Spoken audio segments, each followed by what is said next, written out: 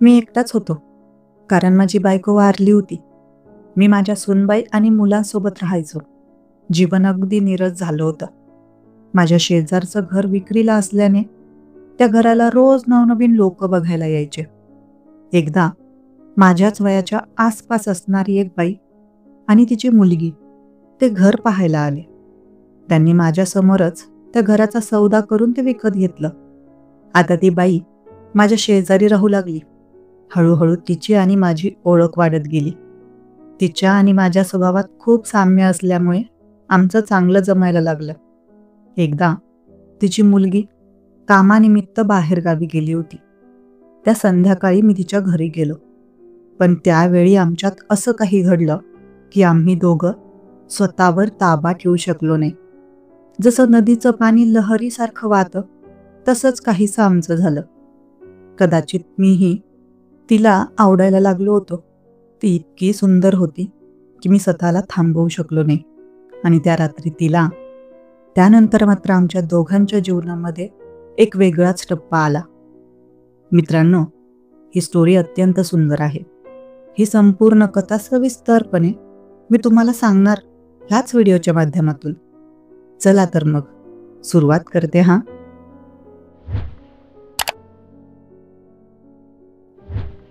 माझ्या घराच्या शेजारचं घर मागच्या 3 वर्षांपासून विक्रीला होतं. एवढ्या वर्षांपासून देखील त्या घराला विकत घेण्यासाठी कोणी गिऱ्हाईक मिळत नव्हतं. त्यामुळेच आता घर मालकाने त्या घराची किंमत कमी केली.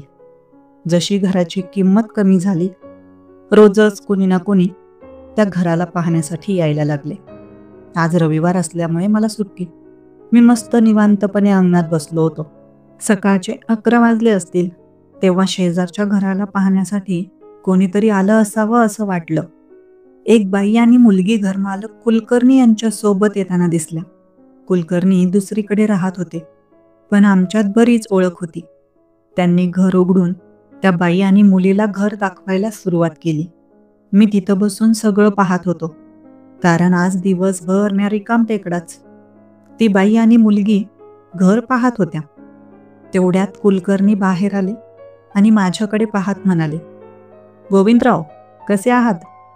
मी हसत उत्तर दिलं, एकदम मस्त. तुम्ही कसे आहात? मी पण मजेत. काय झालं कुलकर्णी भाऊ, कुणी घर बघायला आलंय वाटतं? हो ना, आम्ही काही वेळ एकमेकांशी बोलत होतो. तोवर ती बाई आणि मुलगी बाहेर आल्या. त्यांनी कुलकर्णीशी बोलायला सुरुवात केली. मुलगी म्हणाली, काका, घर खूप छान आहे, आम्हाला आवडलं, पण किंमत थोडी जास्त आहे. जर तुम्ही किंमत कमी केलीत तर आम्ही आजच फायनल करू. कुलकर्णी म्हणाले, अहो, या घराची किंमत मी आधी 45 लाख ठेवली होती, पण मला पैशांची गरज असल्यामुळे किंमत कमी करून 40 लाख केली आहे. 40 लाखात हे घर लगेच विकलं जाईल. रोजच चांगली गिऱ्हाईकं येत आहेत घर पाहायला. मुलीच्या आईने सांगितलं, अहो, आम्ही सगळे पैसे एकाच वेळी देऊ शकतो. जर तुम्ही 38 लाखात फायनल करत असाल तर आम्ही खरेदी करायला तयार आहोत. मुलीची आई माझ्याकडे पाहून म्हणाली, बघा ना, तुम्ही सांगा यांना, मी काही चुकीचं बोलते का? मी हसून म्हणालो, तुमचं म्हणणंही योग्य आहे. ती बाई एवढी सुंदर आणि मनमोहक दिसत होती की तिच्या होकाराला होकार देणं मला भागच पडलं. पहिल्याच क्षणी तिला पाहताच माझी नजर तिच्यावर खिळून राहिली होती. मी कुलकर्णीला म्हणालो, अरे कुलकर्णी, जाऊ दे ना बाबा, किती वर्षांपासून चाललंय हे. चांगली पार्टी आहे, सगळे पैसे तुला एकाच वेळी मिळतील. आणि शिवाय एजंटचाही त्रास नाही. एजंटच्या माध्यमातून विकशील तर तुला कमिशनही द्यावं लागेल. माझ्या मते हा सौदा करायला हरकत नाही. कुलकर्णी म्हणाले, बरं, ठीक आहे, मान्य आहे मला. हे ऐकून ती बाई आणि मुलगी खूप खुश झाल्या. मुलगी म्हणाली, काका, आमच्याकडे आत्ता फक्त 10,000 रुपये आहेत. आम्ही फक्त घर पाहायला आलो होतो, पण फायनल झाल्यामुळे हे 10,000 रुपये बान म्हणून ठेवून घ्या. कुलकर्णी म्हणाले, ठीक आहे. त्या बाईने पर्समधून 10,000 रुपये काढून कुलकर्णीला दिले. बरं, तुमचं नाव काय? माझं नाव पुष्पलता. ही माझी मुलगी नेहा आहे. कुलकर्णीने विचारलं, मग सांगा, खरेदी कधी करायची? त्या बाईने उत्तर दिलं, तुम्ही सांगाल तेव्हा लवकरच करू. काही दिवसातच कुलकर्णीने ते घर त्या बाईला म्हणजे पुष्पलताला विकून टाकलं. खरेदीच्या वेळेस त्यांनी मला देखील बोलावलं होतं. त्या व्यवहारात मी जामीन म्हणून सहभागी झालो होतो. जानेवारी महिन्याच्या 1 तारखेला त्या बाईने म्हणजेच पुष्पलताने माझ्या शेजारच्या घरात तिचं सामान शिफ्ट केलं. तिची मुलगीही तिच्यासोबत होती. तिच्या मुलीचं वय अंदाजे 24 ते 25 वर्षांचं असावं.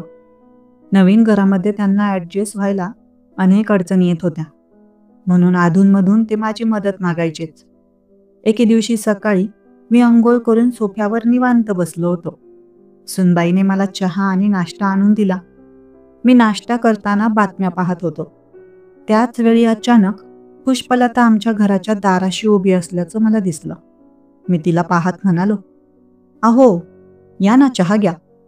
ती घरात आली आणि माझ्या जवळ उभी राहून म्हणाली, "मला थोडं काम होतं." "बोला ना," मी म्हणालो. त्यावेळी माझी सूनबाई स्वयंपाकघरात काम करत होती. पुष्पलता म्हणाली, "मला टीव्ही भिंतीला लावायचा आहे आणि घरात 2-3 नवीन इलेक्ट्रिक बोर्ड बसवायचे आहेत. पण कोणी टेक्निशियन किंवा इलेक्ट्रिशियन मिळत नाहीये. तुमच्या ओळखीचं कुणी असेल तर सांगा." आजूबाजूला खूप शोधलं, पण कोणी मिळालंच नाही. मार्केटमध्येही 4 दिवसांपासून चक्रा मारते.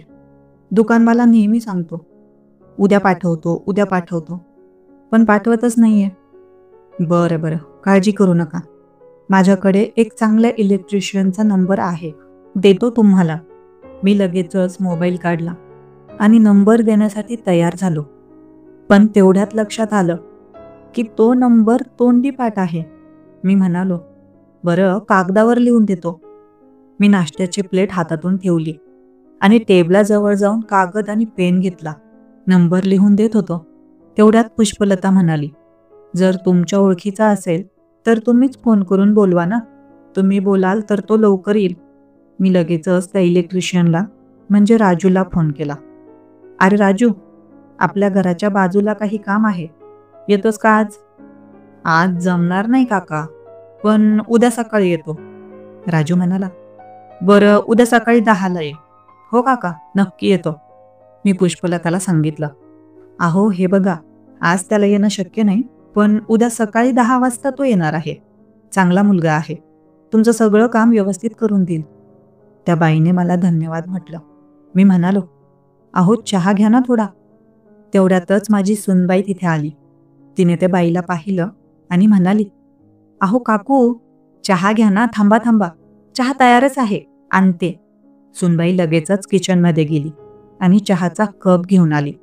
तिने चहाचा कप त्या बाईच्या हातात दिला आणि मग ती चहा पिऊ लागली. चहा पिऊन झाल्यावर ती बाई पुन्हा एकदा मला धन्यवाद म्हणाली आणि आपल्या घरी निघून गेली. दुसऱ्या दिवशी सकाळी 9:30 वाजता ती बाई परत आमच्या दरवाज्यात येऊन उभी राहिली. तिला पाहताच मला समजलं की ती इलेक्ट्रिशियनबद्दल विचारायला आली आहे. मी तिला पाहून म्हणालो, "हो, आलं माझ्या ध्यानात. थांबा, मी त्याला फोन लावतो." मी लगेचच राजू इलेक्ट्रिशियनला फोन केला. तो म्हणाला, "हो, येतोय काका, रस्त्यातच आहे." काही वेळातच राजू आमच्या घराच्या अंगणात आला. मी त्याला सांगितलं, "हे बघ, हे बाजूचं घर आहे आणि ह्या बाई आहेत. यांना काय काय हवं आहे ते सर्व व्यवस्थित करून दे." राजू आणि ती बाई त्यांच्या घराकडे निघाले. जाताना राजू म्हणाला, "काका, तुम्ही पण या ना तिकडे." मग मीही त्यांच्यासोबत त्या बाईच्या घरी गेलो. राजूने कामाला सुरुवात केली. मी तिथेच उभा होतो. भिंतीवर एक तोरण टांगलेलं होतं. त्यावर भरतकाम करून सुंदर अशा शब्दात पुष्पलता असं लिहिलेलं दिसलं. ते पाहून तर मन अगदी प्रसन्न झालं बघा. पुष्पलताच्या घरात बरंच सामान होतं. फ्रीज, कूलर, गोदरेज कपाट आणि इतर वस्तू. पण अचानक माझं लक्ष भिंतीवर टांगलेल्या एका फोटोवर गेलं. त्या फोटोला हार चढवलेला होता. माझ्या मनात लगेचच शंका आली. मी पुष्पलताकडे पाहिलं. ती राजूला सांगत होती, "टीव्ही इथे लावायचा आहे बरं." तेव्हा आम्ही तिच्या कपाळाकडे पाहिलं. अरे, तिच्या कपाळावर टिकली नव्हती. हातात बांगड्याही नव्हत्या आणि गळ्यात मंगळसूत्र देखील नव्हतं. मग समजलं की भिंतीवरचा जो फोटो आहे तो तिच्या नवऱ्याचा असावा. पुष्पलताचं वय जास्त नव्हतं. ती माझ्याहून 4-5 वर्षांनीच लहान असावी. माझ्या मनात विचारांचं काहूर माजलं, पण मी काही बोललो नाही आणि गप्पच उभा राहिलो. तेव्हा तिने माझ्याकडे पाहिलं आणि म्हणाली, "अहो बसा ना, मी चहा ठेवते बघा." ती राजू इलेक्ट्रिशियनला म्हणाली, "अहो राजू दादा, तुम्हाला चहा चालेल का? की शरबत बनवू?" राजू म्हणाला, "नाही नाही, तसं काही नाही, काहीही नका बनवू." ते ऐकताच ती म्हणाली, "असं कसं? चहा बनवते मी." ती तिथून मागच्या खोलीत किचनकडे गेली. ते घर 2 खोल्या, 1 हॉल आणि किचन असलेलं मस्त मनमोकळं छान घर होतं. राजू इलेक्ट्रिशियन आपल्या कामात अगदी माहीर. बोलता बोलता त्याने सगळी कामं पूर्ण केली. नंतर तोही माझ्यासोबत सोफ्यावर येऊन बसला. तेवढ्यात पुष्पलताने आमच्या दोघांसाठी चहाचे 2 कप आणले. तिने 1 कप मला दिला आणि दुसरा राजूला. चहा पिऊन झाल्यावर राजू म्हणाला, "चला, आता मी निघतो." पुष्पलता म्हणाली, "किती झाले तुमचे पैसे?" "जास्त नाही, 700 रुपये द्या. टीव्ही लावण्यासाठी ब्रॅकेट आणलं होतं, त्याचे 250, इलेक्ट्रिक बोर्डाचे 200 आणि माझी मजुरी 250 रुपये." "बरं, ठीक आहे." असं म्हणत पुष्पलता कपाटाजवळ गेली. तिने कपाटातून पैसे काढले आणि राजूच्या हातात दिले. राजूने मला नमस्कार केला आणि म्हणाला, "काका, चला येतो मी." "हो हो राजू, धन्यवाद, ये तू." राजू निघून गेल्यावर मी पुष्पलताकडे पाहून म्हणालो, "चला, मीही निघतो." माझ्या हातातला चहाचा कप मी टेबलावर ठेवला आणि उठलो. तेव्हा पुष्पलता पटकन म्हणाली, "बघा, तुमच्यामुळे माझं काम लवकर झालं. नाहीतर मी तर 4-5 दिवसांपासून चक्रा मारत होते. कोणीच इलेक्ट्रिशियन यायला तयार होतच नव्हता." पुष्पलताचा आवाज तिच्या नावाप्रमाणेच गोड आणि मधुर. तेवढ्यात तिने टीव्हीचा रिमोट हातात घेत म्हणाली, "टीव्ही चालू करून बघते, होतो का?" हसतच ती म्हणाली आणि मीही इच्छा नसताना थोडं हसलो. रिमोट दाबताच टीव्ही सुरू झाला. दिल क्या करे जब किसी से किसी को प्यार हो जाए, जाने कहाँ कब किसी को किसी से प्यार हो जाए. काही वेळ गाणं वाजलं आणि पुष्पलताने लगेचच टीव्हीचा आवाज शून्य केला. गाण्याचे बोल थांबले आणि मी लाजून टीव्हीकडून बाजूला नजर फिरवली. "अहो, तुमची मुलगी कॉलेजला जाते का?" "नाही, तिचं शिक्षण मागच्याच वर्षी पूर्ण झालंय. आता ती नोकरी करते." "अच्छा, कुठे नोकरी करते?" "MBBS पास केलंय तिने. सध्या सिव्हिल हॉस्पिटलमध्ये प्रॅक्टिस करते." "अरे वा, खूपच छान. आणि हुशार आहे तुमची मुलगी." "हो, खूप हुशार आहे माझी नेहा." मी म्हणालो, "आमच्या नारायणलाही MBBSला टाकायचं होतं, पण मार्क कमी होते. त्यामुळे त्याचा नंबर लागला नाही. शेवटी त्याला इंजिनिअरिंगला टाकलं. तोही हुशार आहे. चांगल्या ठिकाणी नोकरी करतो. पगारही चांगला मिळतो." "हो, मुलं हुशार असली आणि स्वतःच्या पायावर उभी राहिली की आई-वडिलांना खूप समाधान वाटतं. अजून काय हवं आपल्यालाही." "हो, अगदी खरं बोललात तुम्ही. चला, मी निघतो." ती म्हणाली, "बरं, तुमचं नाव काय?" "माझं नाव गोविंद आहे." "अच्छा, बरं." असं म्हणत तिने थोडंसं स्मित केलं. "आणि तुमचं?" "माझं नाव पुष्पलता." मी तिला मुद्दाम विचारलं. मला तर आधीच माहीत होतं. "बरं बरं, चला, मी निघतो. काही लागलं तर कधीही सांगा." "हो, नक्कीच. आणि गोविंदजी, पुन्हा एकदा धन्यवाद हा." "अहो, एवढ्या छोट्या गोष्टींसाठी धन्यवाद कशाला?" असं म्हणत मी माझ्या घरी निघून आलो. घरी आल्यावर घड्याळात पाहिलं तर 12 वाजायला 5 मिनिटं बाकी. मी सोफ्यावर जाऊन बसलो. तेवढ्यात सुनबाई म्हणाली, "बाबा, तुम्हाला जेवण वाढू का?" "हो हो, चालेल." मी उत्तर दिलं. सुनबाईने जेवण वाढून दिलं आणि मी टीव्ही पाहतच मस्तपैकी जेवायला लागलो. आज माझी ड्युटी सेकंड शिफ्टची असल्याने त्यामुळे 3 वाजता घरून निघालो. कामाच्या ठिकाणी पोहोचलो. पण मनात मात्र पुष्पलताचे विचार सतत येत होते. तिचा गोड आवाज माझ्या कानात गुंजत होता. मनात विचार आला की मी तिला तिच्या नवऱ्याबद्दल विचारायला हवं होतं का? पण मग वाटलं, पहिल्याच भेटीत एवढे वैयक्तिक प्रश्न विचारणं योग्य ठरणार नाही. कदाचित तिला ते आवडलं नसतं तर, आणि उलट अर्थ लावून घेतला असता तर माझीच फजिती झाली असती. सेकंड शिफ्ट म्हणजे रात्री 12 वाजेपर्यंत ड्युटी असते. त्यामुळे ड्युटी संपल्यावर रात्री 12:30 वाजता मी घरी पोहोचलो. दरवाजाची बेल वाजवली. माझ्या मुलाने दरवाजा उघडला. मी किचनमध्ये जाऊन गरम पाण्याच्या गुळण्या केल्या आणि मग माझ्या खोलीत जाऊन झोपलो. 10-12 दिवसांनंतर सकाळची वेळ होती. मी आणि माझा मुलगा नारायण पुढच्या रूममध्ये टीव्ही पाहत नाश्ता करत होतो. नारायण म्हणाला, बाबा, माझे काही मित्र त्यांच्या पत्नींना घेऊन महाबळेश्वर आणि इतर ठिकाणी 4 दिवसांच्या ट्रिपसाठी जात आहेत. तर मी मीनाक्षीला घेऊन जाऊ का? अरे हो, जा ना, ही तर आनंदाची गोष्ट आहे. यात विचारण्यासारखं काय आहे? मी म्हटलं, नाही बाबा, पण आम्ही जर गेलो तर तुमच्या खाण्यापिण्याचे वांदे होतील ना? अरे काही नाही, मला थोडाफार स्वयंपाक येतो. काळजी करू नकोस, तू बिनधास्त जा आणि मजा करा तुम्ही दोघं. आणि हो, भरपूर फोटो काढून आणा. माझं उत्तर ऐकून नारायण खूप खुश झाला. त्यालाही माझ्याकडून हेच उत्तर अपेक्षित होतं. मग त्याने मित्रांसोबत ट्रिप प्लॅन केली. काही 15 दिवसांनी नारायण आणि मीनाक्षी दोघं महाबळेश्वरला जायला निघून गेले. आता घरी मी एकटाच. स्वयंपाकाचं काही टेन्शन नव्हतं. तोडका मोडका स्वयंपाक मला येतोच आणि स्वयंपाक करणं मला आवडतंही. जानेवारी महिन्याच्या पहिल्याच शनिवारी सकाळी नारायण आणि मीनाक्षी ट्रिपसाठी निघून गेले.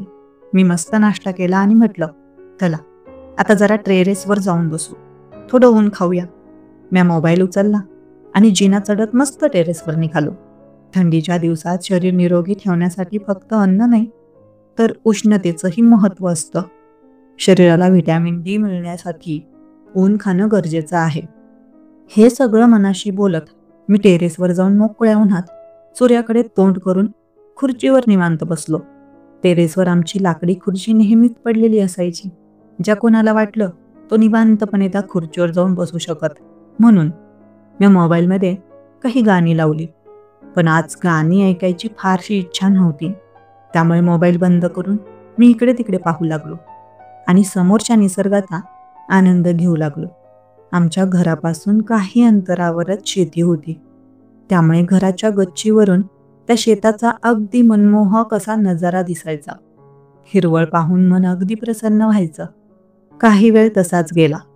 इतक्यात पुष्पलता टेरेसवर दिसली. तिचं आणि माझं घर शेजारी असल्याने आमच्या घराचे धाबेही एकमेकांच्या धाब्यांना लागूनच आहेत. ती कपडे सुकवण्यासाठी आली असावी. तिने गच्चीवर दोरी बांधली होती आणि एक एक निपळून दोरीवर कपडा टाकत होती. सुरुवातीला तिचं माझ्याकडे लक्ष नव्हतं, पण मग अचानक तिचं लक्ष माझ्यावर गेलं. माझ्याकडे पाहून ती थोडंसं हसली आणि म्हणाली, काय मग, ऊन खाताय वाटतं सकाळी सकाळी? हो हो, ऊन खातोय थोडं, पुष्पलता म्हणाली. हो, सकाळचं ऊन छान असतं. काय झालंय, सून आणि मुलगा कुठे गावाला गेलेत वाटतं? अरे ते गावाला नाही, ट्रिपला गेलेत. नारायण आहे ना, त्याच्या मित्रांनी एक ट्रिप प्लॅन केली, त्यात ते गेलेत. म्हटलं जाऊ दे, पोरांनाही मजा करू द्या, त्यांचे मजा करण्याचे दिवस आहेत. हे ऐकून पुष्पलता म्हणाली, हो अगदी बरोबर आहे. पुष्पलता आणि माझा धाबे एकमेकांच्या धाब्याला लागूनच, फक्त मध्ये एक छोटी भिंत आहे. मी हळूहळू त्या भिंतीकडे जाऊन उभा राहिलो. पुष्पलता खाली वाकून बादलीतून एक एक कपडा उचलायचे. ते कपडे निपटून व्यवस्थित झटकून दोरीवर वाळत घालायचे. तिचं हे काम सुरू होतं आणि माझं लक्ष न कळत तिच्याकडेच. आमचं एकमेकांशी बोलणंही चालू होतं. ती कपडे सावरत असताना अचानक ती एक कपडा झटकून दोरीवर टाकायला लागली. पण त्या क्षणी तिने नजर दुसरीकडे वळवली, कारण तो कपडा तिच्या ब्लाऊजच्या आत घालायचा कपडा होता. हे पाहून मीही थोडा संकोचलो आणि मीही दुसरीकडे पाहू लागलो. तिचं काम काही वेळातच संपलं. पुष्पलताने माझ्याकडे पाहत स्मितहास्य केलं आणि म्हणाली, चला झालं माझं काम, येते मी, तुम्ही मस्त ऊन खात बसा. हो, त्यासाठीच तर वर आलो आहे, मीही उत्तर दिलं. एवढं बोलून ती खाली निघून गेली. पण माणसाचा स्वभाव असा असतो ना, जिथे नजर जायला नको तिथेच ती अधिक जाते. मी खुर्चीवर बसून मोबाईल पाहत होतो, पण न कळत माझी नजर त्या वाळवलेल्या कपड्यांकडे गेली, जिथे तिने तो आतलं कापड वाळत घातलेलं. गुलाबी रंगाचं होतं ते कापड. नाव नाही घेत, तुम्ही समजून घ्या. पुढच्या क्षणी ते पाहून मी स्वतःलाच बडबडलो, अरे गोविंद, काय करतोयस? काय बघतोयस? वेडावलास का? मग मी माझी खुर्ची दुसऱ्या दिशेला फिरवली. दुसऱ्या दिवशी सकाळी मी पुन्हा गच्चीवर गेलो. पुष्पलता ही कालच्याप्रमाणे कपडे वाळवायला आली. मला पाहताच तीच आधी बोलली, झाला का नाश्ता तुमचा? हो हो, झाला ना. आणि तुमचा?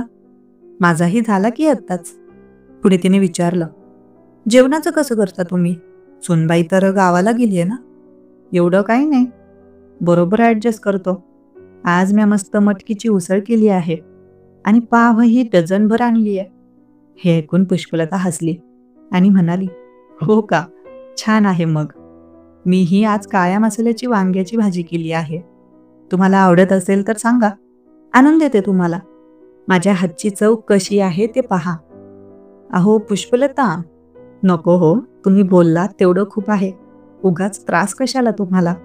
इतक्यातच निवडणुकीच्या प्रचाराची गाडी आमच्या घराजवळून मोठ्या आवाजात गाणी वाजवत गेली. त्या आवाजाने आमचं बोलणं ऐकू येईनासं झालं आणि आम्ही दोघंही खाली रस्त्यावर गर्दीकडे पाहू लागलो. भगवे झेंडे घेऊन माणसं मोठ्या जोशात होती. थोडा वेळ मी तिथेच थांबलो. पुष्पलता जोराने म्हणाली, चला येते मी, झालं माझं काम. मीही काही वेळ तिथे बसलो आणि मग खाली आलो.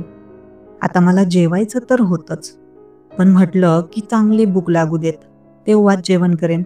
अर्ध्या भुकेत जेवलं तर पचनही होत नाही आणि नंतर ॲसिडिटीचा त्रास. म्हणून थोडा वेळ टीव्ही बघत बसलो. त्याच दरम्यान मुलगा आणि सुनेचाही फोन आला. त्यांनी ट्रिपचा अपडेट दिला आणि काही गप्पाही झाल्या. मग आता मला चांगली भूकही लागली. म्हटलं चला आता जेवण करून घेऊ. किचनमध्ये गेलो आणि मटकीची भाजी गॅसवर गरम करायला ठेवली. पावही थोडेसे गरम करून घेतले. टेबलावर जेवणाचा थाट मांडला आणि निवांत जेवायला बसलो. तेवढ्यातच दरवाजावर कोणीतरी टकटक केलं. मनात म्हटलं, अरे बाबा, आता कोण आलं जेवणाच्या वेळेस? तरीही उठलो आणि दरवाजा उघडला. दरवाजात पुष्पलता उभी दिसली. माझ्याकडे पाहत ती म्हणाली, तुमच्यासाठी मस्त मसाल्याची भाजी आणली आहे. मी म्हणालो, अहो कशाला उगाच त्रास घेतला? नाही नाही, त्यात त्रास कसला बरं, या आतमध्ये या. मी खुर्चीवर येऊन बसलो तर तीही आत आली. हातातली भाजीची वाटी दाखवत म्हणाली, कुठे ठेवू ही? माझं ताट बघून ती म्हणाली, अरे बापरे, तुम्ही तर जेवण करत होतात वाटतं. होय, भूक लागली होती म्हणून म्हटलं जेवून घेतो. ती हसून म्हणाली, ठीक आहे. आणि तिने भाजीची वाटी माझ्या ताटात ठेवली. मग मी विचारलं, तुमचं झालं का जेवण? हो, माझं जेवण झालंय. पण असं नाही बरं का की भाजी उरली म्हणून तुम्हाला आणून दिली. जेवायच्या आधीच तुमच्यासाठी काढून ठेवली होती. मी हसत म्हणालो, नाही नाही, मी तसं काही म्हणत नाहीये. अहो, अन्न कधीच फेकू नये. तुमच्या जेवणाच्या आधी दिली काय किंवा नंतर दिली काय, गोष्ट एकच आहे. मी ती भाजी ताटात घेतली आणि विचारलं, सुरू करू का मग? ती हसली आणि म्हणाली, होय करा, आणि चव घेऊन सांगा भाजी कशी झाली ते. बरं बरं, पण तुम्ही उभे का आहात? अहो बसा ना, बसा. मी सोफ्याकडे हात करत म्हटलो. मग पुष्पलताही सोफ्यावर जाऊन बसली. टीव्ही तसाच चालू होता. अधूनमधून त्यात माझं आणि तिचंही लक्ष जात होतं. ती बोलायला लागली, तुम्ही जेवण सुरू करा, नाहीतर माझ्यामुळे उगाचच तुम्हाला अडथळा होईल. अहो असं काही नाही, तुम्ही बसलात तर 2 घास मलाही जास्तच जातील, नाही का? एवढं बोलून मी मिश्किलपणे हसलो. जेवत असताना मध्येच मी अधूनमधून तिच्याकडे पाहत होतो. आज तिने जांभळ्या रंगाची साडी नेसली होती. तिच्या गोऱ्या रंगामुळे ती साडी तिच्यावर खूपच खुलून दिसत होती. ती साडी साधारण नसूनही तिच्या व्यक्तिमत्वाला एक वेगळाच उठाव देत होती. बोलता बोलता माझं जेवण पूर्ण झालं. मी माझं ताट आणि तिची भाजीची वाटी किचनमध्ये घेऊन गेलो. तिला म्हणालो, थांबा थांबा, तुम्ही निघून जाऊ नका, तुमची वाटी मी धुवून देतो. अहो नका, कशाला, तशीच द्या, मी घरी जाऊन धुवून घेते. नाही हो, असं कुठे चांगलं दिसतं का? असं म्हणत मी तिची वाटी धुण्यासाठी बेसिनजवळ उभा राहिलो. तेवढ्यात तीही किचनमध्ये आली. मी तिची वाटी धुतच होतो तेव्हा ती म्हणाली, अहो नका, द्या ती वाटी माझ्याकडे. ती अगदी जवळ आली आणि माझ्या हातातून वाटी घेऊन स्वतःच तिथे धुण्यास लागली. तिचा हा साधेपणा आणि मदतीची वृत्ती पाहून मला माझ्या बायकोची आठवण आली. माझी बायको सुद्धा अशीच होती. ती कधीच मला घरातलं काम करू देत नसे. तरीही मी तिच्या कामात कधीतरी मदत करायचो. पण ती मला सतत म्हणायची, तुम्हाला ऑफिसच्या एवढ्या मोठ्या जबाबदाऱ्या असताना घरातलं काम करत बसायला नको. त्या आठवणींनी मनात एकदम भावूक लहर आली. तिला जायला आता खूप वर्ष झालीत, पण तिच्या त्या अशाच गोड आठवणींनी मी आजपर्यंत जिवंत होतो. त्या क्षणी पुष्पलताला पाहून माझ्या डोळ्यात न कळत अश्रू आले. मी पटकन ते हाताने पुसले, पण तिचं लक्ष माझ्याकडे गेलं. ती म्हणाली, काय झालं? तुमचा चेहरा अचानक खूप नाराज दिसतोय. माझ्याकडून काही चूक झाली का? नाही हो, नाही पुष्पलता, तसं काही नाही. मग काय झालं? तुम्ही मला सांगू शकता? तिच्या आवाजात काळजी होती. नाही हो, तसं काही नाही. असंच, मी तर नॉर्मल आहे. पण तुमच्याकडे पाहून वाटत नाहीये की तुम्ही नॉर्मल आहात. गोविंदजी, तुमच्या मनात काही असेल तर मला सांगू शकता. मी थोडा वेळ शांत राहिलो आणि मग म्हणालो, अहो पुष्पलता, तुम्हाला पाहून अचानक मला माझ्या बायकोची आठवण झाली. तीही अशीच होती. घरातलं एकही काम मला करू द्यायचे नाही. माझी खूप काळजी घ्यायची ती. घरातल्या प्रत्येक वस्तूचं तिला इतकं व्यवस्थित ज्ञान होतं की काही विचारलं की ती लगेच हातात आणून द्यायची. ती कुठे गावालाही जात नसे. मला खाण्यापिण्याचा त्रास होऊ नये म्हणून दिवाळी आणि दसऱ्याला सुद्धा फक्त एकच दिवस गावाला जायची. आणि जर जास्त दिवस जाणं आलं तर मला सोबत घेऊनच जायची. मी असं बोलत असताना नकळत माझं मन भरून आलं. या पुष्पलताकडे माझ्या मनातलं बोलता बोलता माझं मन मोकळं करत होतो. पण अचानक मला जाणवलं की मी खूप बोलून गेलो आहे. मी पटकन सावध झालो आणि भानावर आलो. बरं जाऊ द्या, माझं काय आहे, जे नशिबात होतं तेच घडलं. नशिबात असलेल्या गोष्टी आपल्या हातात नसतात. पुष्पलता शांतपणे म्हणाली, हो, अगदी बरोबर आहे तुमचं. काही गोष्टी आपल्या नियंत्रणाबाहेर असतात.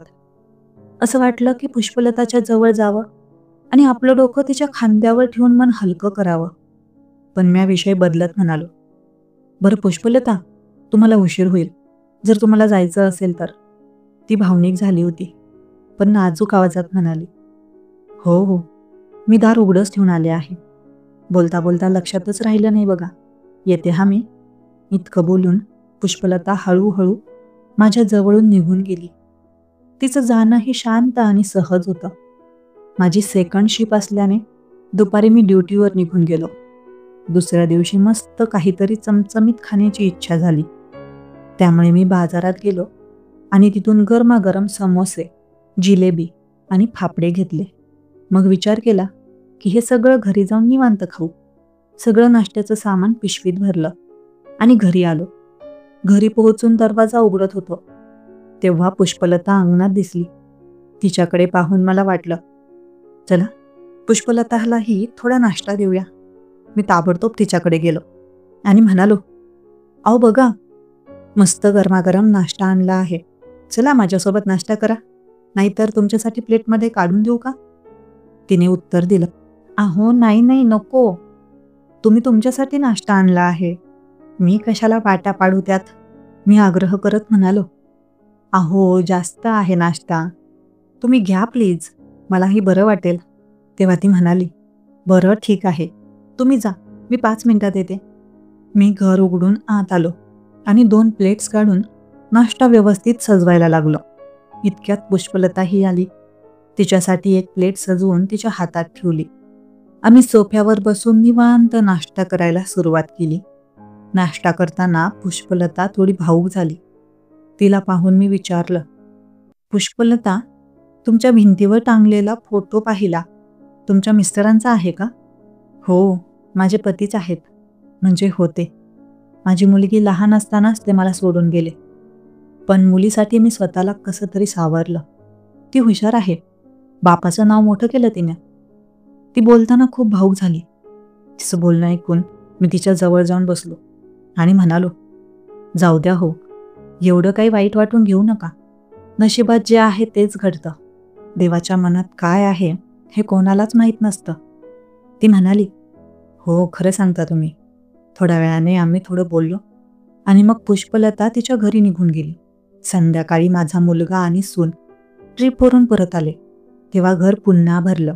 आता पुष्पलता सोबत टेरेसवर रोज बोलणं होत असे. तिच्यासोबत बोललं की मनाला खूप छान वाटायचं. कदाचित तिलाही माझ्यासोबत बोलायला आवडत असेल, कारण मी टेरेसवर असलो की ती मुद्दाम तिथे यायची. एक दिवस मी बाजारात सामान घ्यायला गेलो होतो. तिथं मला साडीचा एक सेल दिसला. त्या साड्या पाहून मला लगेचच पुष्पलताची आठवण आली. मनात विचार आला, पुष्पलतासाठी एक साडी घेऊ का? पण लगेच शंका आली. तिला जर ती आवडली नाही आणि तिनं घेतली नाही तर मलाच लाजिरवाणं वाटेल. त्यामुळे तो विचार मी सोडून दिला आणि भाजीपाला घ्यायला पुढं गेलो. तेवढ्यात तिथं बाजारात माझ्यापासून काही अंतरावर मला पुष्पलताही दिसली. तिच्या जवळ गेलो. तिला पाहून विचारलं, "आहो, तुम्ही इकडं?" ती म्हणाली, "हो, भाजी घ्यायला आले होते." "अच्छा, मीही भाजी घ्यायला आलो आहे." मग आम्ही दोघांनी सोबत चालत चालत एकत्रच भाजी घेतली. आता घराला निघायचं होतं. परतताना मी तिला म्हणालो, "बघा ना, इथे साडीचा किती छान सेल लागला आहे. खूप सुंदर साड्या आहेत. या साड्या पाहून मला तुमचीच आठवण आली." माझं हे ऐकून पुष्पलताच्या चेहऱ्यावर एक गोड स्मित उमटलं. मी म्हणालो, "चला, तुमच्यासाठी एक साडी घेऊया." ती पटकन म्हणाली, "अहो नको, राहू द्या. कशाला उगाच?" मी आग्रह करत म्हणालो, "नाही हो, घ्या ना, मी म्हणतोय म्हणून." माझ्या आग्रहामुळे ती माझ्यासोबत साडीच्या दुकानात आली. मी माझ्या पसंतीने तिच्यासाठी एक छानशी साडी निवडली. बिल देण्यासाठी काउंटरवर जाताना पुष्पलता तिच्या पर्समधून पैसे काढू लागली. मी तिला थांबवत म्हणालो, "अहो, ही साडी माझ्याकडून आहे, त्यामुळे पैसे मीच देतो." तेव्हा तिचे डोळे थोडे पाणावलेले आणि ती भावूक झालेली वाटत होती. तिच्या चेहऱ्यावर वेगळाच भाव होता, कृतज्ञतेचा आणि आनंदाचा. नंतर आम्ही हळूहळू चालत घरी आलो. त्या दिवशी तिच्या चेहऱ्यावरचं समाधान आणि आनंद पाहून मला खूप छान वाटलं. दुसऱ्या दिवशी टेरेसवर गेल्यावर मी पुष्पलताला विचारलं, "काय झालं? ती साडी आवडली नाही का?" ती हसून म्हणाली, "हो हो, आवडली ना. खूप छान आहे ती." "मग नेसली नाही का आज?" ती लाजत म्हणाली, "अरे बापरे, कालच तर आणली. लगेच कशी नेसू?" मी थोडं लाडानेच म्हणालो, "अहो, मला नेसवून दाखवा ना. बघायचे मला कशी दिसते ती साडी तुम्हाला." ती लाजत म्हणाली, "अगो बाई, इश, तुम्ही तर. बरं मग कधी नेसाल?" ती म्हणाली, "ठीक आहे, उद्या नेसेन, चालेल ना?" "हो हो, चालेल." थोडा वेळ आम्ही गप्पा मारल्या आणि मग पुष्पलता खाली निघून गेली. मीही घरी आलो, पण तिचा चेहरा सारखा डोळ्यांसमोर येत होता. तिच्यासोबत बोललं की खूप छान वाटायचं. तिला पाहून माझ्या नीरस आयुष्यात एक नवा रंग भरला आहे की काय, असं वाटू लागलं होतं. संध्याकाळी झोपायला गेलो, तेव्हाही तिचाच विचार डोक्यात होता. एक उशी जवळ घेतली, तिला कवटाळून छातीशी धरलं आणि विचार करत करत झोप लागली. दुसऱ्या दिवशी नाश्ता झाल्यावर न कळतच मी गच्चीवर गेलो. तिथं बराच वेळ पुष्पलताच्या येण्याची वाट पाहिली, पण ती आलीच नाही. मनात विचार आला, कदाचित तिला काही काम असेल, पण तिने मुद्दाम मला दिलेला शब्द पाळला नसेल का? मग दुसरा विचार डोक्यात आला, कदाचित तिची तब्येत बिघडली असेल का? यामुळे आता माझं मन अधिकच अस्वस्थ झालं. मग ठरवलं, तिच्या घरी जाऊन विचारावं. मी गच्चीवरून उतरून तिच्या दरवाजासमोर गेलो आणि दरवाजा ठोठावला. काही वेळ कुणी दरवाजा उघडलाच नाही. मी परत जोरात टकटक केली. तेवढ्यात दरवाजा उघडला आणि समोर पुष्पलता उभी होती. मला पाहताच ती मान खाली घालून म्हणाली, "काय झालं?" मी विचारलं, "तुम्ही आज टेरेसवर आला नाहीत, बरं वाटत नाहीये का?" "हो, काल संध्याकाळपासून तब्येत थोडी बिघडली आहे." "मग दवाखान्यात जाऊन आलात का?" "नाही, गोळ्या घेतल्या आहेत."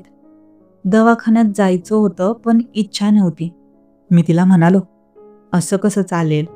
मला सांगायला हवं होतं ना, मी नेलं असतं तुम्हाला दवाखान्यात."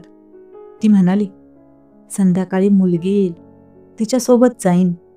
मी ठामपणे म्हणालो, "नाही, अजिबात उशीर नको. आत्ता चला माझ्यासोबत."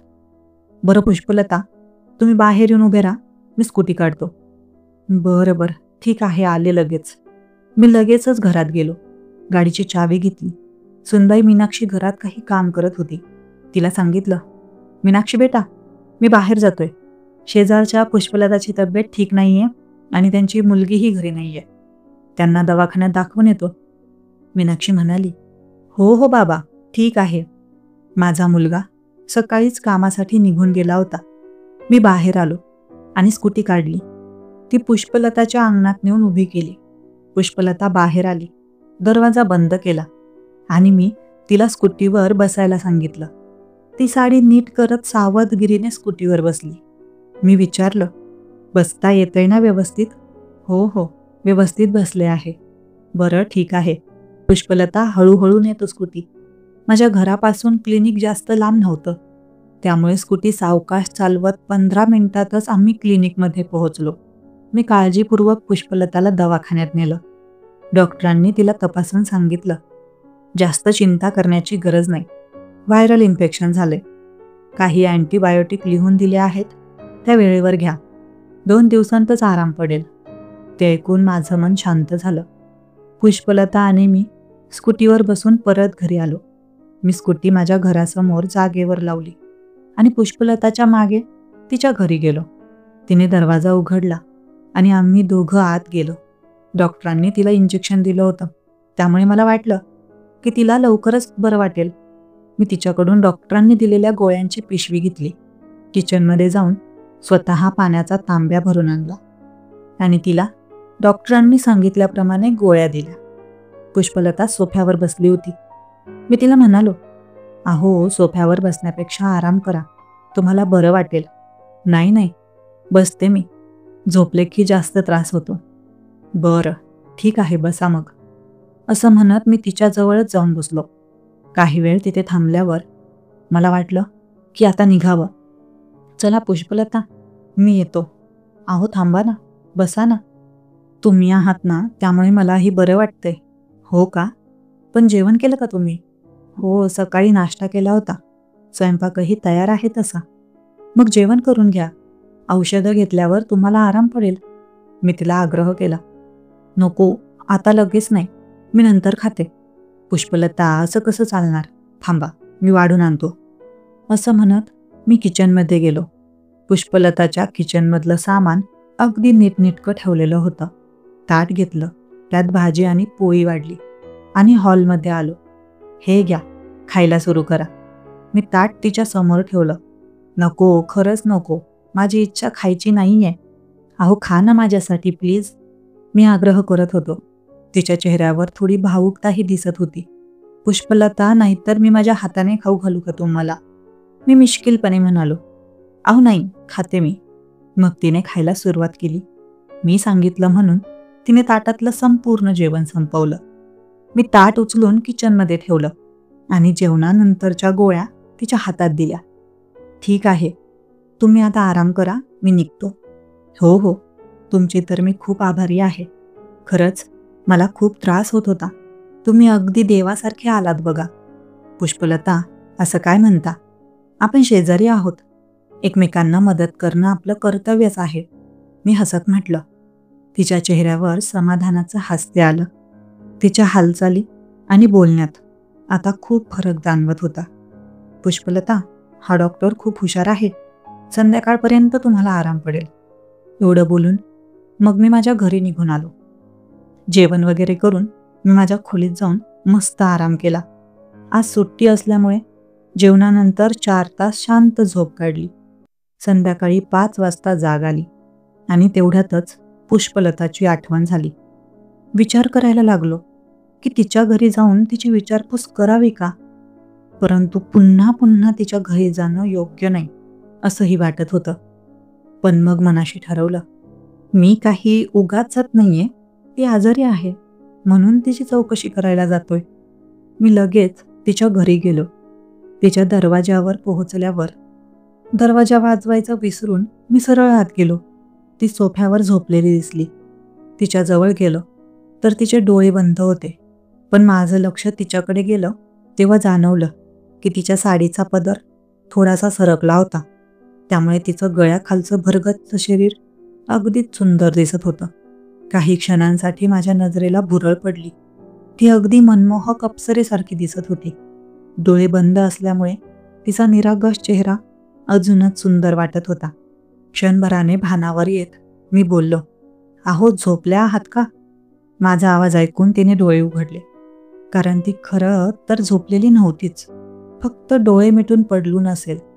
मला पाहून ती लगेच उठून बसायला लागली, पण उठताना तिचा साडीचा पदर पूर्णपणे खांद्यावरून खाली सरकला.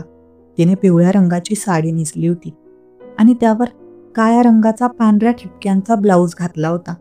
माझ्याकडे पाहताच ती हसली, पण तिचं लक्ष लगेचच साडीच्या पदराकडे गेलं. पदर खाली पडला आहे हे तिला लक्षात आलं आणि तिने घाईघाईने पदर नीट केला. मला मात्र त्या क्षणी थोडं अवघडल्यासारखं वाटलं. मनात विचार आला की अरे बापरे, उगाच आलो, दरवाजा तरी वाजवायला हवा होता.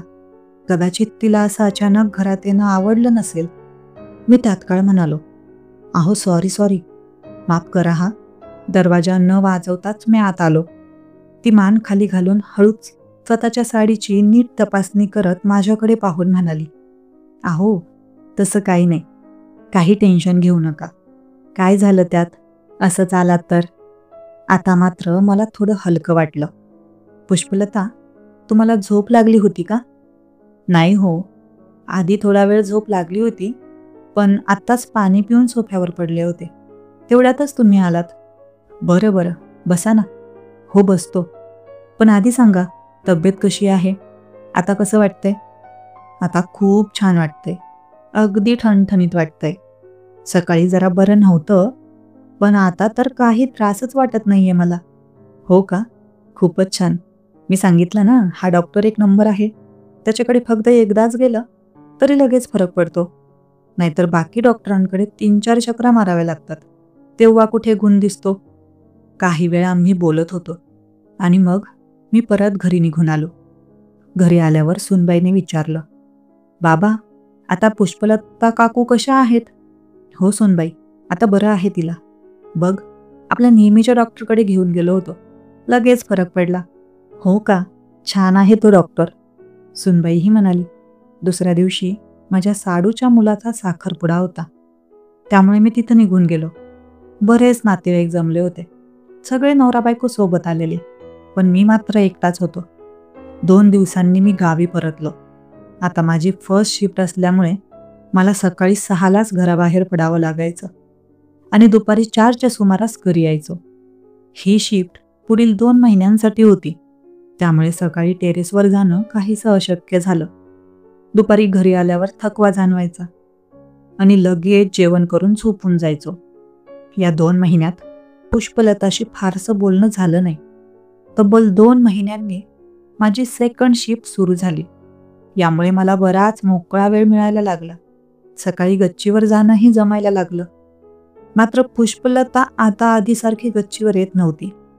मनात विचार आला, कदाचित तिला माहीत नसेल की मी टेरेसवर येतो, म्हणून ती येत नसेल का? पण लगेचच स्वतःला रोखलं. "अरे गोविंद, काय विचार करतोस? तुझं वय आणि तिचं वय, आपल्या पोऱ्यांचं लग्न झालंय, तिच्या पोरीचंही आता लग्न होईल. या वयात असे विचार मनात आणू नको." पण तरी मनात दुसराही विचार आला. असंही असू शकतं का तिलाही माझ्याशी बोलून गप्पा मारून बरं वाटत असेल? असे अनेक विचार मनात येऊन गेले. काही वेळासाठी स्वतःशीच गोंधळलो, पण शेवटी सगळं मनातून काढून टाकण्याचा निर्धार केला.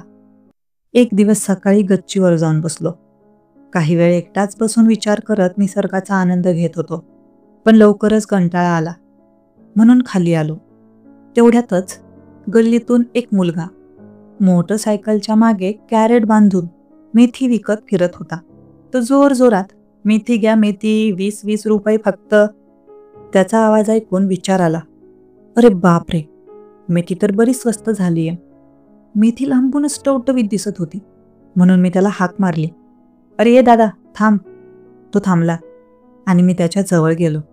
त्याच्या कॅरेटमध्ये ठेवलेली मेथी पाहून ती खूपच ताजी वाटली, म्हणून एक जोडी घेण्याचा विचार केला. मी मेथी घेत असतानाच पुष्पलताही तिथे आली. तिला पाहताच माझ्या छातीचे ठोके वाढले.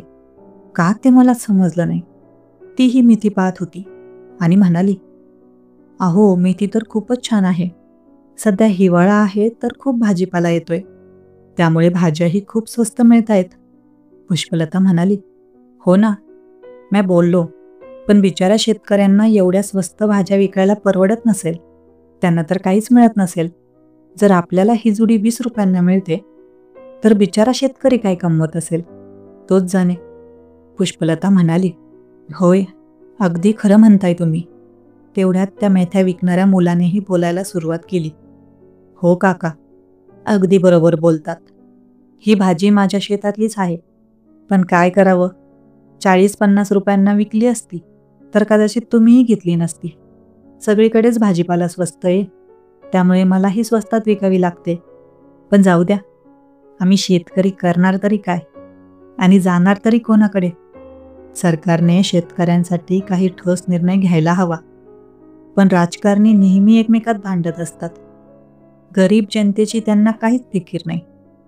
तो मुलगा हे सगळं खूप तळमळून बोलत होता आणि त्याच्या आवाजातून त्याचं दुःख स्पष्ट जाणवत होतं. मी त्याचं दुःख समजू शकत होतो, कारण माझंही बालपण शेतीतच गेलं होतं. शेतकऱ्यांच्या अडचणी मला परिचित होत्या. एवढं बोलून तो मुलगा त्याची गाडी चालू करून पुढे निघून गेला. मी आणि पुष्पलता तिथेच उभे होतो. काही क्षण शांततेत गेले आणि मग मी तिच्याकडे पाहू लागलो. तीही माझ्याकडे पाहत म्हणाली, काय झालं? बरेच दिवस झालेत, कुठे गायब आहात? काही दिसलाच नाहीत. अहो, तसं काही नाही. माझ्या ड्युटीची वेळ बदलली होती ना. गेल्या 2 महिन्यांपासून सकाळची शिफ्ट होती. सकाळी कामावर जायचं, दुपारी घरी यायचं, त्यामुळे खूप व्यस्त होतं. हो का? मला वाटलं तुम्ही माझ्यावर नाराज आहात की काय. मी हसत म्हणालो, अहो नाही, तुमच्यावर मी का नाराज होऊ? तुम्ही माझी कोणती केळीची बाग कापली आहे का? एवढं बोलून मी परत हसलो आणि तीही हसली. पुष्पलता, मी टेरेसवर बराच वेळ जाऊन बसतो, पण तुम्ही काही दिसला नाहीत हल्ली. सध्या बऱ्या आहात ना? हो हो, मी तर अगदी बरी आहे. तुम्हीच दिसत नाहीत, म्हणून म्हटलं विचारावं. मग ती पुढे म्हणाली, चला ना, चहा घेऊ. अहो नाही नाही, चहा तर मी आत्ताच घेतला आहे. हो का? बरं मग येते मी, घरात थोडं काम आहे. एवढं बोलून आम्ही आमच्या आमच्या घरी निघून आलो. घरी आल्यावर मी ती मेथीची जुडी सुनबाईकडे दिली. सुनबाई तर नेहमीप्रमाणे तिच्या कामात व्यस्त होती. ती घरातलं सगळं काम आवरत असे आणि रिकामा वेळ मिळाला की शिलाईचं काम करत बसे. तिला कपडे शिवायलाही खूपच आवडत असे आणि तिच्या या सगळ्या कामात ती अगदी मग्न असायची. तो दिवस मावळला. दुसऱ्या दिवशी सकाळी नाश्ता करून मी टेरेसवर जाऊन बसलो. काही वेळाने पुष्पलताही वरती आली. तिला पाहून मी खूपच आश्चर्यचकित झालो, कारण आज तिने तीच साडी नेसली होती जी आम्ही 2 महिन्यांपूर्वी बाजारातून तिच्यासाठी खरेदी केली. अरे बापरे, मी तर त्या साडीविषयी पूर्णपणे विसरूनच गेलो होतो. पुष्पलता तिचे कपडे सुकवत होती. मी हसत म्हणालो, काय मग, आज काही विशेष आहे का? नाही हो, काही विशेष नाही, रोजचं तेच, अजून काय? पण असं का विचारलत? कारण तुम्हाला नवीन साडी नेसलेली पाहिलं ना, म्हणून. तेव्हा ती लाजली आणि हसून तिने मान खाली घातली. थोड्या वेळाने ती म्हणाली, अहो सॉरी बरं का. कशासाठी सॉरी? ते तुम्ही त्या दिवशी माझ्यासाठी एवढ्या हौशीने साडी घेतली, पण मी ती इतक्या दिवसांनी आज नेसली. साडी घेतल्यानंतर दुसऱ्याच दिवशी मी आजारी पडले आणि ती साडी नेसणं राहूनच गेलं. तुम्हाला वाटलं असेल की मी मुद्दाम नेसली नाही. अहो, असं काही नाही हो. पण खरंच, काही साड्या तुमच्यावर खूपच शोभून दिसतात आणि ही त्यातलीच एक. अगदी तुमच्या रंगावर खुलून दिसते. हे ऐकून ती अजूनच लाजली.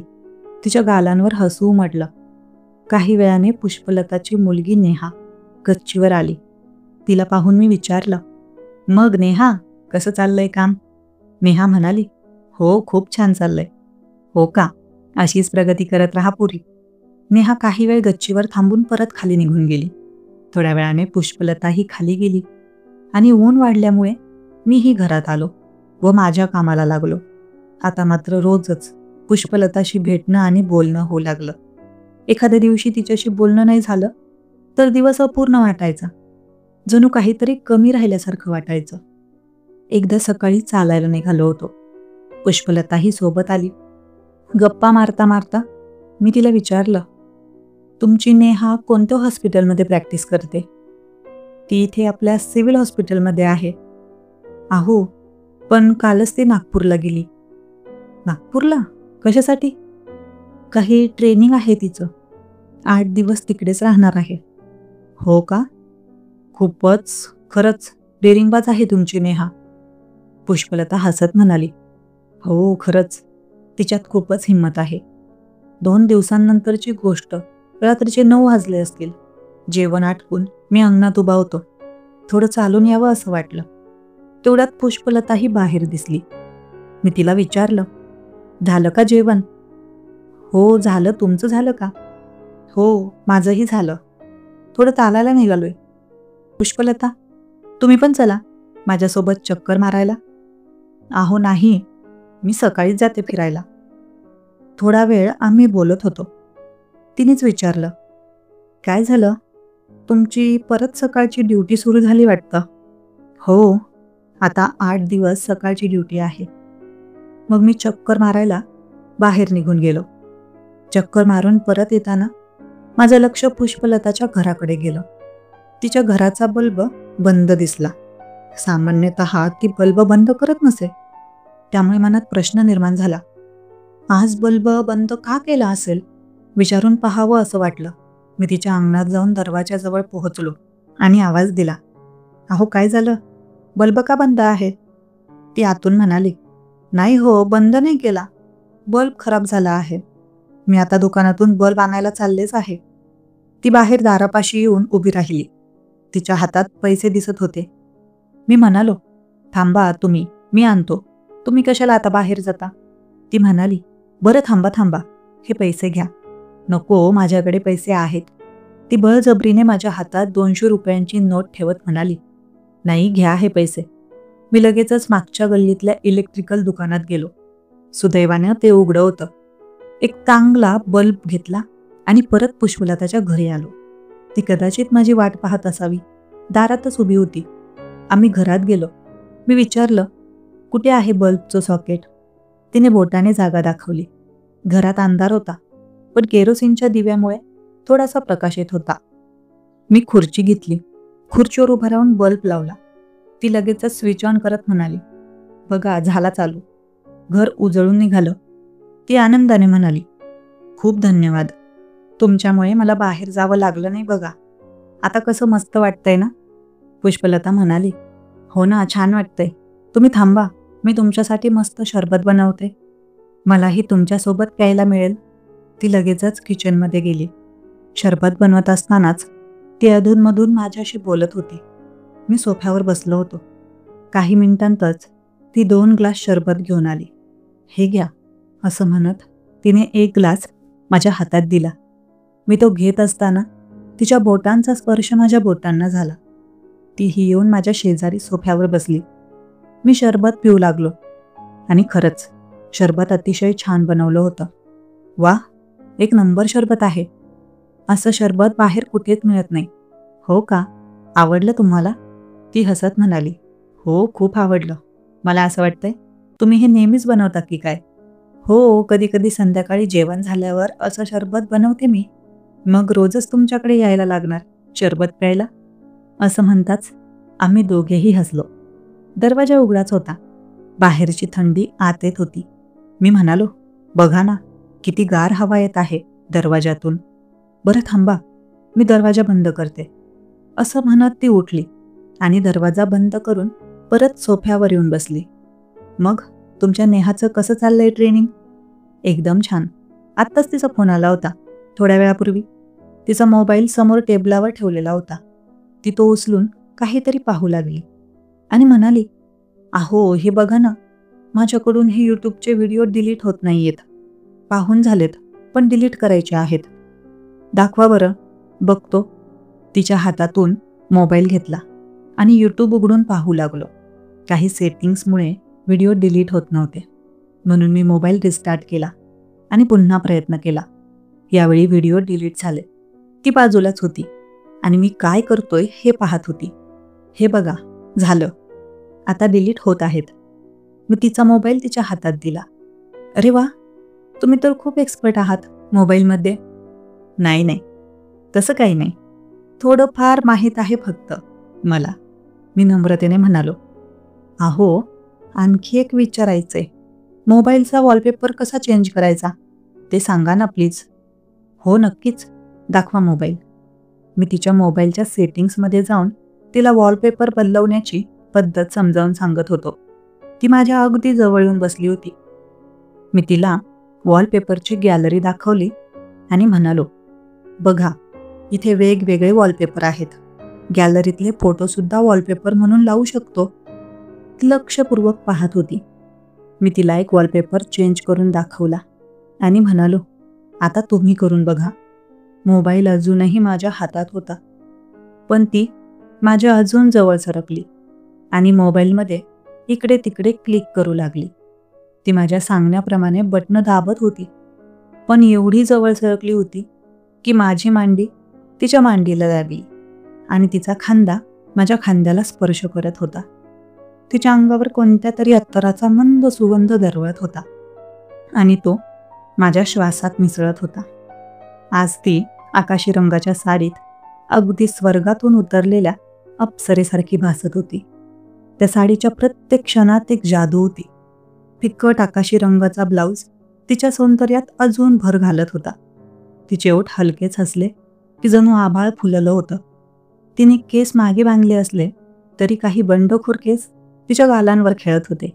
ते केस तिला छेडत होते आणि माझं मन तिच्या डोळ्यांतून कधीच न संपणारी कहाणी झळकत होती. ती नुसती जवळ बसलेली तरी माझ्या काळजाचे ठोके दुप्पट झाले आणि मी तर फक्त तिच्याकडे पाहत राहिलो. क्षण निसटावा की तिच्या नजरेत हरवावा हा विचारच संपला. तीच त्या क्षणाची राणी होती आणि तिच्या आजूबाजूला सगळं जग निस्तेज वाटत होतं. ती इतकी मोहक दिसत होती की तिच्या अस्तित्वाने माझ्या आजूबाजूचं सारं जग सुंदर केलं होतं. ती वॉलपेपर लावत होती, तिचं लक्ष पूर्णपणे मोबाईलवर. मी मात्र तिच्याकडेच पाहत होतो. तिचा चेहरा इतक्या जवळून मी पहिल्यांदाच पाहिला. मी तिला म्हटलं, अहो, तुमच्या हातात घ्या मोबाईल, मी सांगतो तसं करा. मी मोबाईल तिच्या हातात दिला, पण तिने तो परत माझ्याच मांडीवर ठेवला आणि स्क्रीनवर बोटं फिरवू लागली.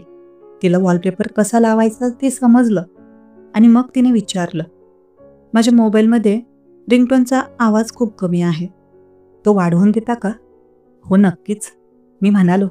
मी तिच्या मोबाईलमध्ये रिंगटोनचा आवाज वाढवण्यासाठी सेटिंग्स शोधू लागलो. मोबाईल तिच्या मांडीवर होता आणि मी माझ्या हाताने तो हाताळत होतो. माझ्या हाताचा कोपरा कधी तिच्या हाताला तर कधी तिच्या गळ्याजवळ स्पर्श करत होता. ती थोडी मागे सरकली, पण स्पर्श टाळला गेला नाही. परत ती थोडी हलली, त्यामुळे माझ्या हाताच्या कोपऱ्याचा तिच्या गळ्याच्या खाली अजून हळूच स्पर्श झाला. कदाचित ते तिला कळालं तर असावंच, पण ती असं दाखवत होती की तिचं मोबाईलवर लक्ष आहे. आता मी तिच्या मोबाईलचा रिंगटोनचा आवाज वाढवला आणि म्हटलं, हे बघा, आता जर फोन आला तर आवाज जोरात ऐकू येईल. थँक्यू, खूप दिवसांपासून हा प्रॉब्लेम होता, पण काही केल्या सुटत नव्हता. पुष्पलता, थोडा मोबाईल वापरला की तुम्हालाही सर्व काही कळेल, ती म्हणाली. माझ्या गॅलरीतले फोटो खूप छान आहेत. गुड मॉर्निंगचे मेसेज आणि कोट्स दाखवू का? मी जवळ सरकत म्हणालो. हो नक्कीच दाखवा. तिने फोटो दाखवायला सुरुवात केली. मी तिला जवळून पाहू लागलो आणि नकळत माझा एक हात तिच्या खांद्यावर ठेवला. ती काहीच बोलली नाही, त्यामुळे माझी हिंमत वाढली आणि मी अजून तिच्या जवळ सरकलो. फोटो पाहत असतानाच मी म्हटलं, हा फोटो खूप छान आहे आणि तुम्ही या साडीत तर खूप सुंदर दिसताय. हो का? तिला अजून मान खाली घालू लागली. हो खरंच, तुमच्यावर ही साडी खूप छान दिसते, असं म्हणत मी तिचं कौतुक केलं. हळूहळू मी तिच्या खांद्यावरून हात कमरेवर नेला आणि तिला अजून जवळ ओढलं. तिच्या मानेजवळ माझा चेहरा नेला, पण तेवढ्यात ती म्हणाली, अहो तुम्ही खूपच. एवढं बोलून ती थांबली आणि तिने मान दुसरीकडे वळवली. मी हळूच तिचे केस बाजूला केले आणि तिच्या मानेजवळ ओठ नेले. ती लाजून होती. माझ्या हलक्या स्पर्शाने ती अजूनच संकोचली. पण काही बोलली नाही. मी तिच्या कानाजवळ हळूच हवा सोडताना तिच्या गालावर हलकासा गुलाबीपणा आला होता आणि त्या क्षणी सगळं काही थांबलं होतं. फक्त तिच्या आणि माझ्या श्वासांच्या लयीत वेळ वाहत होता. "भया, किती गरम हवा येत आहे तुमच्या तोंडातून." मी फक्त हसलो. "हो का?" असं म्हणतानाच मी हळूच माझा एक हात तिच्या मांडीवर ठेवला आणि दुसरा हात कमरेवरून अलगद तिच्या कडेवर नेला. तिला हळूच मिठीत घेतलं आणि तिचं डोकं माझ्या खांद्यावर टेकलं. आता आम्ही एकमेकांच्या जवळ आलो होतो. माझ्या हातांची बोटं तिच्या पाठीवर फिरत होती आणि ती मागे हात घेऊन माझ्या केसांशी हलकेच खेळू लागली. तिच्या श्वासांची लय वेगवान झाली. ती माझ्या अगदी जवळ येत होती. आमच्या दोघांच्या तोंडातल्या उष्ण श्वासांनी हवेत वेगळीच गती निर्माण केली होती. मी हळूच तिच्या ओठांजवळ ओठ आणले. तिच्या ओठांवर एक सौम्य चुंबन केलं. ती स्तब्ध होती, पण काहीच बोलली नाही. मग मी तिचा पदर हळूच बाजूला केला आणि तिच्या गळ्याजवळ एक हलकं चुंबन घेतलं. तिच्या संकोचलेल्या श्वासांचा आवाज मला स्पष्ट ऐकू येत होता. तिचं शरीर थोडं थरथरत होतं, पण ती काहीच बोलत नव्हती. मग काय, तिनेही मला जवळ ओढलं आणि आता आम्ही दोघंही एकमेकांच्या मिठीत रंगून गेलो. त्या क्षणांमध्ये आम्ही तर सर्व जग विसरलो. माझ्या वर्षानुवर्षांच्या तळमळीला त्या मिठीने उत्तर मिळालं होतं. पुष्पलताच्या जवळ असल्याचं एक वेगळंच समाधान होतं. मला असं वाटत होतं की ती नेहमीच माझ्या जवळ असावी. किती वेळ आम्ही एकमेकांच्या सहवासात होतो हे कळलंच नाही. रात्रीचे 12 वाजले असतील तेव्हा कुठे आम्ही भानावर आलो. आता मात्र मला थोडं वेगळं वाटू लागलं.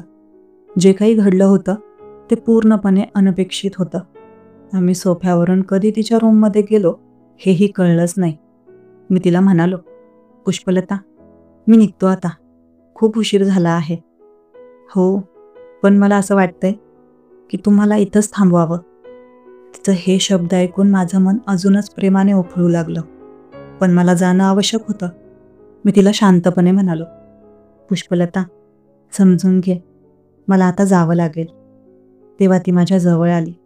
तिने मला घट्ट मिठी मारली. तिचा तो स्पर्श माझ्यासाठी फार खास होता. त्यानंतर मी तिच्या रूममधून बाहेर आलो आणि घरी परतलो. घरी पोहोचल्यावर पलंगावर झोपलो, पण झोप काही केल्या लागत नव्हती. सारखं पुष्पलताचा चेहरा समोर येत होता. ती लाजलेली, तिचं ते गोड हसू आणि काही वेळापूर्वी घालवलेले क्षण सगळं मला आठवत राहिलं. त्या आठवणींच्या ओघात कधी झोप लागली कळलंच नाही. दुसऱ्या दिवशी दुपारी पुष्पलताची मुलगी घरी आली. पुष्पलता आणि माझं नातं आता खूप जवळचं आणि खास झालं होतं. माझं वय 50 वर्ष, तर पुष्पलताचं वय माझ्यापेक्षा 3-4 वर्षांनी कमी असेल. असं वाटायचं की जणू आम्ही एकमेकांना खूप वर्षांपासून ओळखतो. तिला पाहिलं की मनात आणि हृदयात एक वेगळीच भावना दाटून यायची. एक हुरहुर मनात कायम असायची. अधूनमधून पुष्पलता मला फोन करत असे आणि मीही तिला फोन करायचो. तिच्याशी बोलल्यावर मन खूप हलकं वाटायचं. आता आम्ही एकमेकांसोबत खूप चांगलं नातं जोडलं. मला नेहमी वाटायचं, पुष्पलता जर माझी झाली तर किती बरं होईल. पण हे बोलणं जितकं सोपं होतं, प्रत्यक्षात तसं होणं तितकंच कठीण. कारण माझंही कुटुंब आहे, मला नातवंड होतील आणि पुष्पलताची मुलगीही लवकरच लग्न करेल. पुष्पलता नेहमी म्हणायची, माझ्या मुलीचं लग्न झालं की मी एकटी पडेन. सध्या ती इथं आहे म्हणून मन रमतं, पण ती गेल्यावर माझं काय होईल? मी तिला नेहमी दिलासा द्यायचो, मी आहे ना तुझ्यासोबत. तू कधीच एकटी होणार नाहीस. मी तुला कधीच एकटं वाटू देणार नाही. आमचं नातं प्रेमाने फुलत होतं. पण ती एक रात्र जी आम्ही एकमेकांच्या जवळ येऊन घालवली होती, ती नेहमीच लक्षात राहिली. तसा क्षण पुन्हा कधी आला नाही, पण माझ्या मनातून व आठवणीतून तो क्षण कधीच गेला नाही. नेहमी वाटायचं कधीतरी आम्ही निवांत भेटावं आणि पुन्हा तशाच प्रेमाच्या क्षणांमध्ये रंगून जावं. पण असं काही पुन्हा नशिबात असेल का हे माहीत नव्हतं. एकदा मी कंपनीत कामात होतो तेव्हा पुष्पलताचा फोन आला. ती म्हणाली, अहो, मला तुमची खूप आठवण येते. मी हसत म्हणालो, मग मी इथेच आहे की, कुठे लांब गेलो नाहीये. ती म्हणाली, नाही, पण असं वाटतंय की तुमच्यापासून एक क्षणही लांब राहू नये. हो, पण मी तर तुझ्या जवळच आहे पुष्पलता. गोविंदजी, असं वाटतंय की तुम्ही आत्ता इथे माझ्या जवळ असायला हवं होतं आणि मी तुमच्या मिठीत. तिचं ते बोलणं ऐकून मला तर काही बोलायला सुचलंच नाही. ती क्षणभर शांत राहिली आणि म्हणाली, गोविंदजी, पण मला एक विचारायचं आहे. मी म्हणालो, हो विचारा ना, काय आहे? ती थोडं अडखळत म्हणाली, नाही, मला विचारायला हिंमत होत नाहीये आणि कसं बोलू ते काही कळत नाहीये. मी हसत म्हणालो, अगं विचार ना पुष्पलता, काही संकोच करू नकोस, बोल बिनधास्त. ती पुन्हा थोडं थांबली आणि म्हणाली, बरं जाऊ द्या, मी तुम्हाला मेसेज करते. ठीक आहे, मेसेज कर. पुष्पलताने फोन कट केला. आता मी तिच्या मेसेजची वाट पाहू लागलो. 5 मिनिटांनी तिचा मेसेज आला. माझा मोबाईलमध्ये टुंगटुंग वाजलं. मी उत्सुकतेने व्हॉट्सअप उघडलं आणि तिचा मेसेज वाचू लागलो. गोविंदजी, माझे पती मला सोडून गेल्यानंतर माझं आयुष्य खूपच एकाकी झालं होतं. त्यावेळेस मला कुठेही आनंद सापडत नव्हता आणि आयुष्य नीरस वाटू लागलं होतं. प्रत्येक क्षण असह्य होता, कारण कोणताही आधार नसल्यासारखं वाटत होतं. फक्त माझी मुलगी नेहासाठी मी जगत होते. पण जेव्हापासून तुम्ही माझ्या आयुष्यात आलात, तेव्हापासून सगळं बदलायला लागलं. तुमच्या आजूबाजूला असताना मला वाटतं की मी एकटी नाही. तुमचं माझ्याशी बोलणं, तुमची काळजी आणि तुमचं सहकार्य माझ्यासाठी खूप महत्त्वाचं आहे. जेव्हा तुम्ही माझ्याशी बोलता, तेव्हा मला असं वाटतं की तुम्ही माझ्या खूप जवळच्या आहात. तुमच्यामुळे माझ्या जीवनात एक नवा रंग भरला आहे. आधी माझं जीवन नीरस झालं होतं. तुमच्यामुळे माझ्या जीवनात एक नवा रंग भरला आहे. माझं नीरस झालेलं जीवन, नकोसं झालेलं जीवन आता मला हवंसं वाटू लागलं आहे. पण एक गोष्ट आहे ज्याची मला सतत भीती वाटते. जर तुम्ही माझ्यापासून लांब गेलात किंवा मला विसरलात तर? हे विचार मनात आले की खूप अस्वस्थ वाटतं. गोविंदजी, मला असं वाटतं की आपण कायमचं एकत्र राहावं, एका घरात, एका छताखाली. मला माहीत आहे की हे सांगणं धाडसाचं आहे, पण माझ्या मनाच्या भावना मी तुम्हाला सांगतेय. बाकी तुमची मर्जी. मी मनापासून अशी आशा करते की जसं मला तुमच्याबद्दल प्रेम आहे, तसंच तुम्हालाही माझ्याबद्दल असेल. पुष्पलताचा हा मेसेज वाचताना माझ्या डोळ्यात तर अश्रूच आलेत. मी लगेचच तिला रिप्लायमध्ये मेसेज केला, होय, माझ्याही मनात तुझ्याबद्दल खूप प्रेम आहे. तुझ्या इतकं नाही तर तुझ्याहून जास्तच आहे, माझी प्रिय पुष्पलता. मी परत पुढे पुष्पलताचा मेसेज वाचू लागलो. मला माहीत आहे की आपली परिस्थिती आणि आपली जबाबदारी वेगळी आहे, पण मला विश्वास आहे की आपण यातून मार्ग काढू शकतो. मी वाटतं की आपण आपल्या मुलांशी या विषयावर बोललो तर? आपली मुलं सुशिक्षित आहेत आणि समजदारही आहेत. मला आशा आहे की ते आपलं नातं स्वीकारतील. तुम्ही तुमच्या नारायणशी बोलाल का? मी देखील माझ्या नेहाशी बोलेन. गोविंदजी, मला आशा आहे की आपण एकत्र येऊ शकतो आणि लग्नाच्या बंधनात अडकू शकतो. मग आपण एकमेकांचे होऊ कायमचे, पूर्ण आयुष्यभरासाठी. तुमचा निर्णय मला कळवा. तुमची प्रिय पुष्पलता.